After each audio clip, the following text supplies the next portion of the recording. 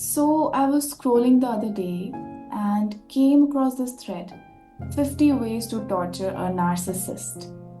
Naturally, I got curious and read the whole thing. But as I went through the list, a weird thought hit me. Wait, do I do some of these things? Does that mean am I a narcissist? If you have ever had that thought, you're not alone. In today's video, we are going to break down what narcissism really is, how to spot unhealthy traits in yourself, and most importantly, how to not be a narcissist. What narcissism really is. Let's get one thing straight. Narcissism exists on a spectrum. On one end, there's healthy self confidence. On the other hand, there's narcissistic personality disorder or NPD, which is a diagnosable condition.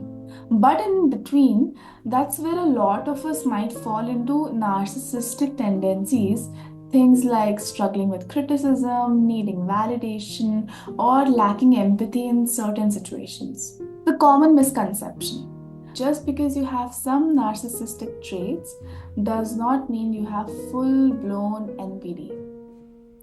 Self awareness is key, and if you are watching this video, you probably care enough to make sure you're not leaning too far into the unhealthy zone.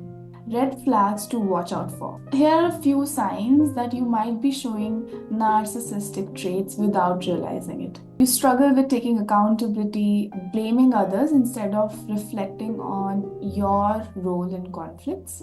You constantly seek validation, feeling empty or unworthy without praise. Dominate conversations, always bringing things back to you without considering others. You lack empathy, struggling to genuinely care about other people's feelings. You get defensive with criticism, seeing feedback as an attack instead of a chance to grow. Sound familiar? Don't panic. Awareness is the first step to change. Steps to cultivate healthy self-awareness. Now that we know the warning signs, let's talk about how to actually work on them. Practice active listening. Instead of waiting for your turn to speak, really tune into what the other person is saying, validate their feelings without making it about yourself. Get comfortable with criticism.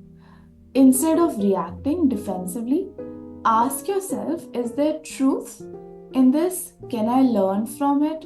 Growth happens when we embrace feedback, not fight it. Develop empathy. Put yourself in other person's shoes. Ask how they feel and really try to understand their perspectives without judgment.